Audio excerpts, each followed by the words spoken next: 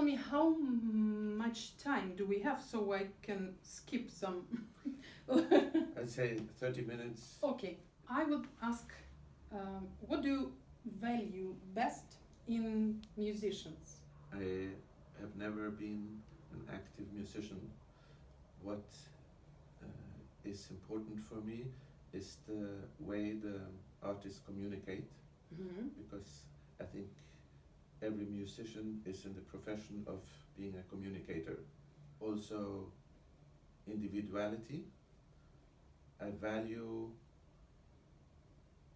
a musician who talks to me. Tell me something. Tell me a story. Tell me something about yourself. Perhaps I like it, perhaps I don't like it, but I would like to feel that the musician is focused, is thinking, and has a message. Great. The second question is about the difference between the jury opinion and audience opinion. Sometimes it's opposite. Why do you think it happens? The public is more emotional than the jury. When you have made many competitions, as a jury member, you know what's really important is that you trust your own intuition. That comes to another question. When you are a chairman and an artistic director of the festival, and you are a concert organizer, what role dominates, or what has to dominate? It's a good question.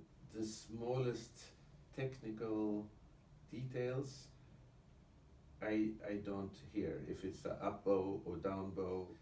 We have specialists in the jury who listen to these things.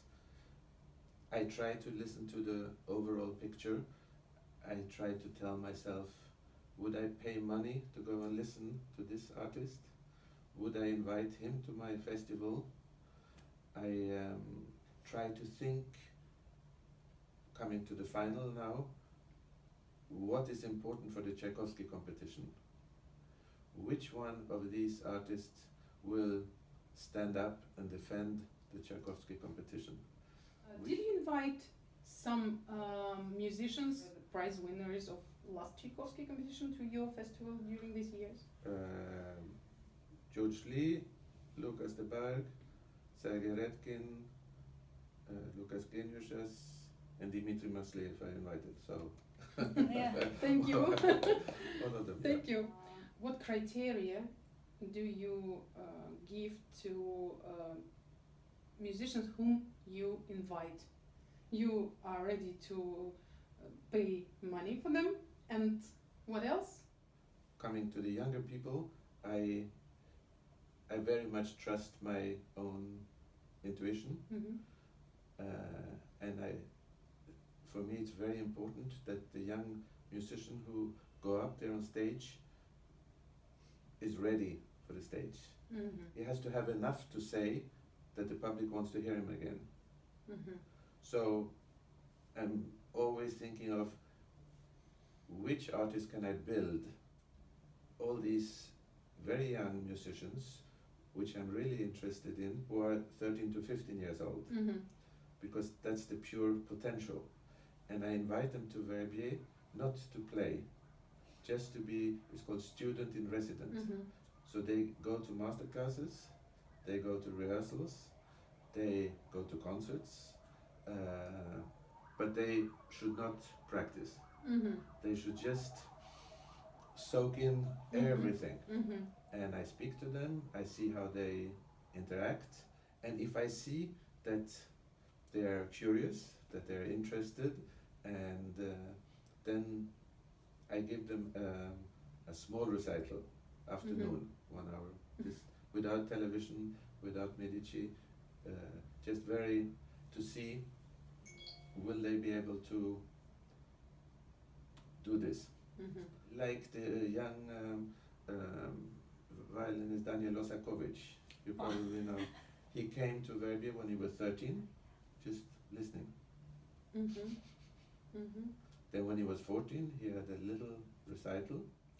When he was 17, he only played the opening with Gergiev. and now he's 18 and the career is big. But for me, it was important to slowly build up. I just have to say that I have my own story with Lozakovich, Yeah. because I used to be for 8 years an artistic director of TV Young Musicians Competition in Okay. Cultura, Okay. and he was 10 Yeah. when he sent his video. When I just put and listened to his etude, Yeah. so I couldn't shut it down. Yeah. And then I told everyone, guys, so we have the first prize. You spoke about intuition, because actually I have the same, but Mhm. when someone asks, how do you do this? I don't know. Do you know? You know, again, you have to, in Swedish, you say you trust your left knee. I don't know why, but you say you have to trust your left knee. And, you know, I was also head of Deutsche Grammophon Mhm. for 6 years, Mhm. artistic director. And when you have this position, you are surrounded by people with opinion. Ah. You know, oh, you have to listen to this pianist, you have to listen to this violinist, you have to listen to this singer, you have to listen to How to you can this one. protect yourself. And it's so difficult to stay on track, because if you say like this, then people are very angry here. Because when you sign a new artist, you have to have the whole house behind you for promotion, for marketing, for Everyone has to agree. everybody has to agree, and you To have agree. to be very strong. I signed Anna Netrebko to Deutsche Mhm. Grammophon, and she was young Russian girl and very appreciated in St. Petersburg, and Mhm. but she was not an international name. Mhm. And I also signed Lang Lang. He Mhm. was a teenager. I can go on with this for a long time, but for many people within Deutsche Grammophon, they did not understand why Deutsche Grammophon should sign a soprano, because they had never in the history of Deutsche Grammophon made an aria album with a soprano. So Mirella Freni did never do an aria album. Katja Ricciarelli never did an aria album.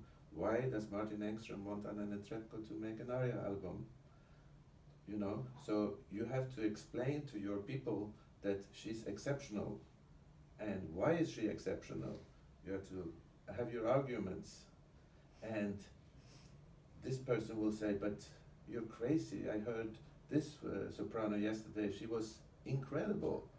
And I heard this one say, this one is... Mhm. So you're bombarded with people who say you're wrong. So I suppose it's a little bit like a politician. You listen to what people say around you, but you have to have your own way.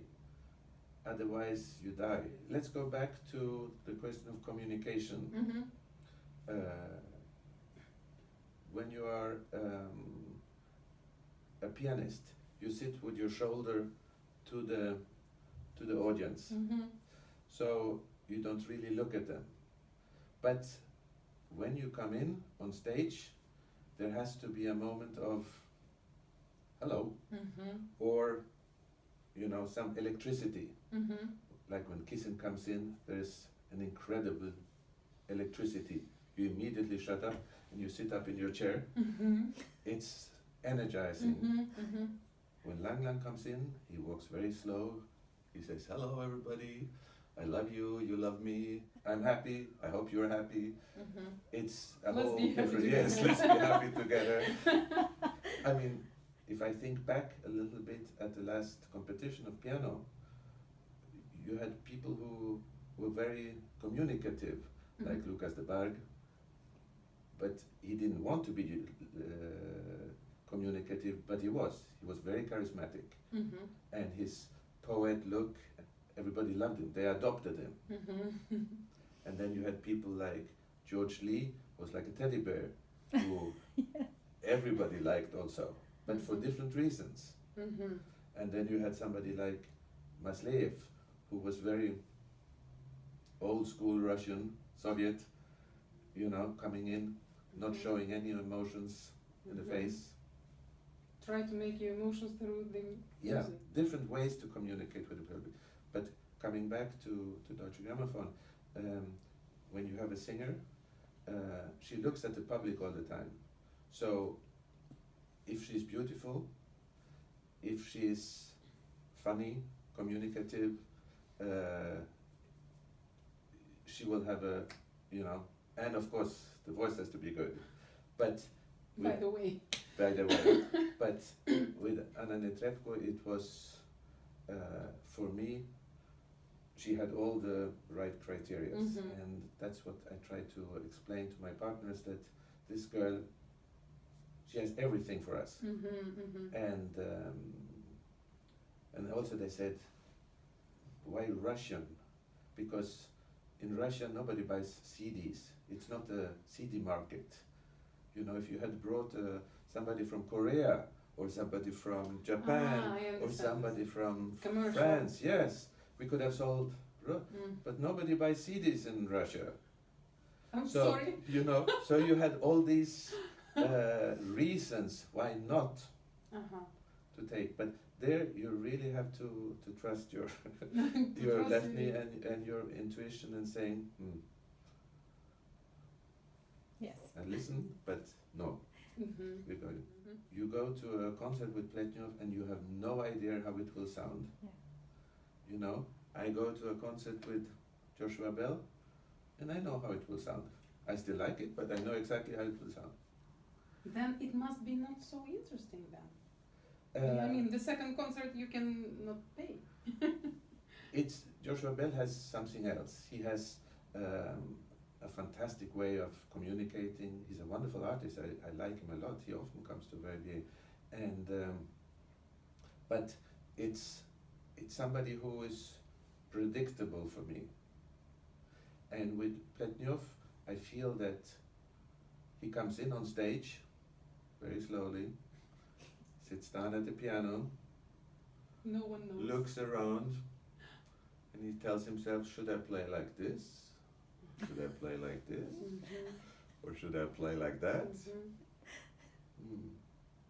I think I'll play like this. And he starts, you know? Yes. And it's, I mean, it's like an artist who is creating in front of us. I'm grateful to be in a concert of his, because I never really know what he will say.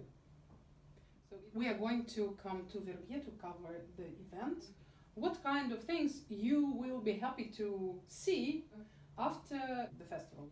The ultimate goal is to have your public reading your article say, very, very interesting.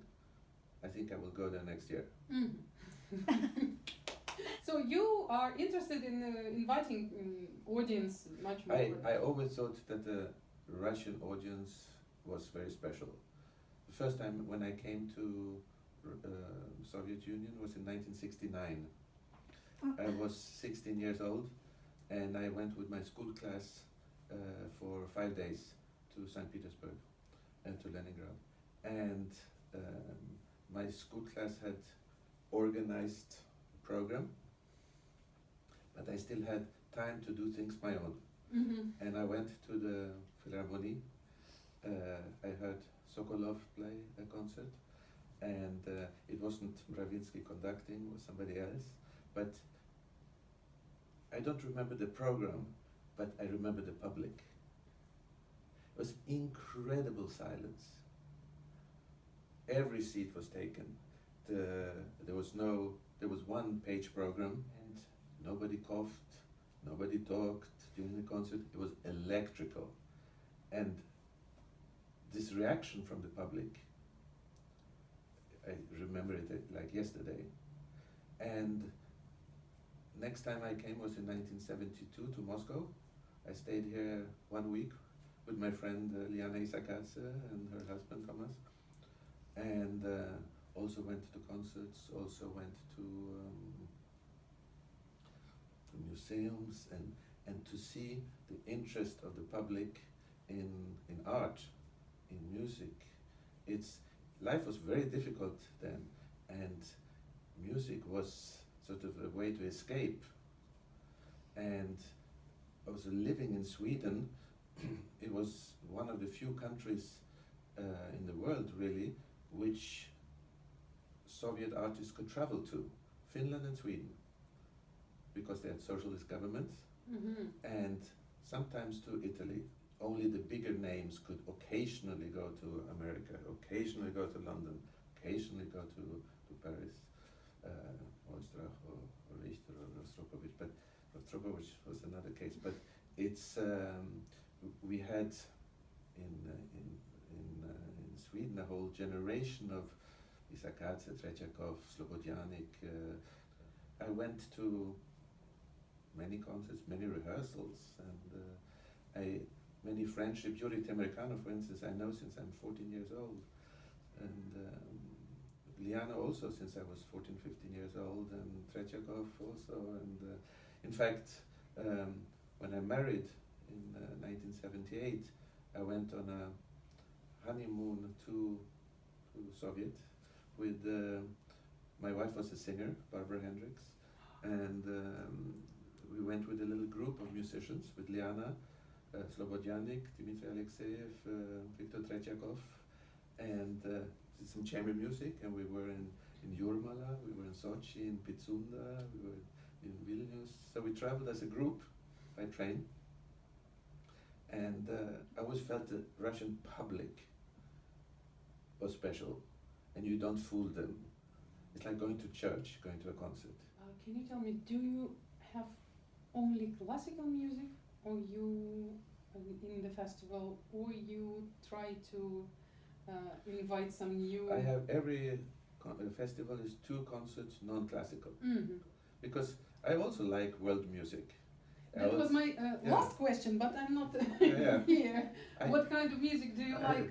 All eclectic. I love jazz. I love Oscar Peterson. My God, Aretha Franklin, blues, Mahalia Jackson, Cesaria Evora, Nora Jones, or Gaetano Veloso. There's lots of people out there who make me very happy, and I really like listening to the music. So I figured that if I like it, my public will like it too. So Of course. How could be otherwise? I worked in Moscow Easter Festival under Gergiev Mhm. 15 Okay. years ago, Okay.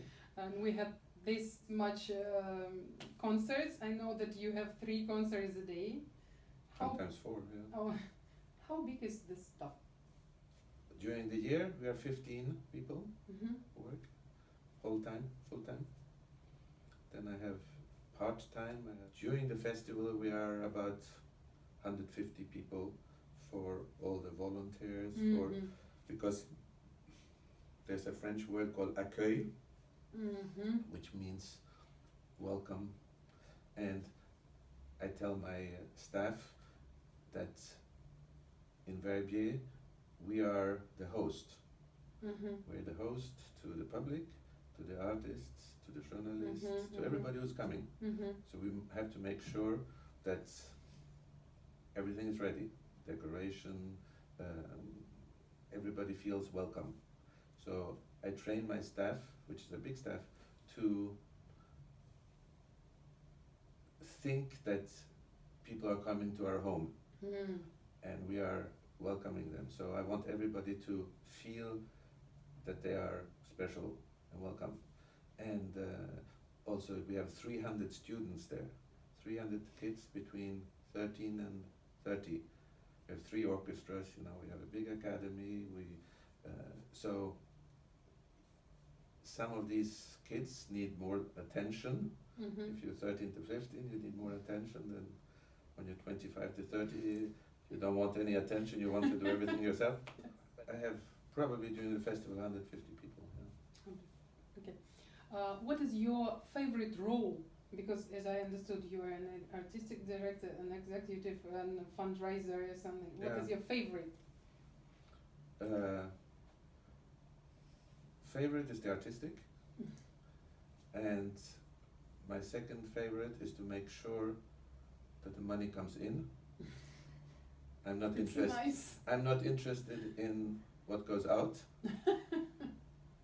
I have somebody who Who deals with it? deals with that. For me, it's Not important. notice. You Yes. prefer not notice. I trust. But for me, it's interesting what comes in, because if the money doesn't come in, we cannot continue. and every year I have to start from zero. How can you stand it? I know it now since 25 years, so it's a lot of pressure. Power. Yeah, but it's not a problem for me. Do you give master classes? My first visit to international festival was Evian, Rencontre Musicale, where Rostropovich invited my husband, who by the way, performed once with your wife in one concert. Oh, really? In this little tiny Evian, I was amazed how people were acting and everything, and for us both it was really great trauma when it stops after Rostropovich's death. Yeah, there are two ways to start a festival. Either you start a festival with, as a musician, Benjamin Britten, Rudolf Serkin, Pablo Casals, Rostropovich, and you immediately have a success because you're there as Slava, you invite rich people, you invite your colleagues, and everyone knows you, and so immediately it starts. But when you die, I'm sorry, it's difficult to maintain. So the danger is when you build up a festival with a big personality is that what happens afterwards. Yeah. When you do it like me, it's not tied to a specific artist. It's more tied to a place. Mm-hmm. When I talk about Verbier, I always talk about the atmosphere, the nature, the encounters, that you meet all these artists, that you can go to rehearsals, that you can go to master classes, that you can really, be in a cultural bath. Mm-hmm. And then I stop and say, oh, I forgot to tell you, Agarish and Gergiev and Kissin and Sokolov and will also be by there. The way. Yes, by the way. By the way. But this is a little bit how I try to present the way. First I was a cellist, but I didn't maintain this. But still I have good education. Mm-hmm. Rostropovich student, Tchaikovsky and so on. So I had some experience being on stage. Now I'm working as a journalist, and sometimes I feel that, let's say, musicians and media, that it's like a quarrel between some war. Yeah. When the critics come, they say, it's not so, and they are so happy. And of course, when you understand what is going on stage with the person who is coming with a heart attack or something like this, and he still can play something, he still does this very good, of course he can lose something. But the question is, if we really need now critics, especially when nowadays everyone has Facebook, and I can make my own opinion. Right. Do we need still this? The psychology of a music critic is that if you write something good, you talk about the artist. If you write something bad, you talk about the critic. So you can write a fantastic article about a fantastic concert, and people they don't know who wrote the article. They just read what you have to say. And then you can write a horrible article about an artist, and everybody will talk about the critic. Of course. I lived in London, lived 1 year in London, 1972-73, and how every concert, the following day, there were 5 articles, Telegraph, in Times, in the Independent, in Financial Times, in 5 different channels, critics about. So opposite. Sometimes not, but there was such an energy from the press. All the concert halls were full. there was an energy going to concerts. None of the journals write about music any longer. The energy has gotten out a little bit of the music life. So we have to empower it. I think so. Write more articles. People need to know that there are concerts out there, because otherwise, if you don't read it in the stream, in the normal media, you don't know what's going on. Perhaps you don't go to the specialized papers. You read normal paper. And then And then, yes, I'm sorry I missed that. When is the next concert? Or So I think in an ideal world, I would like to see classical music be integrated in our daily life. It's the great final of the interview. Good. I thank you so much.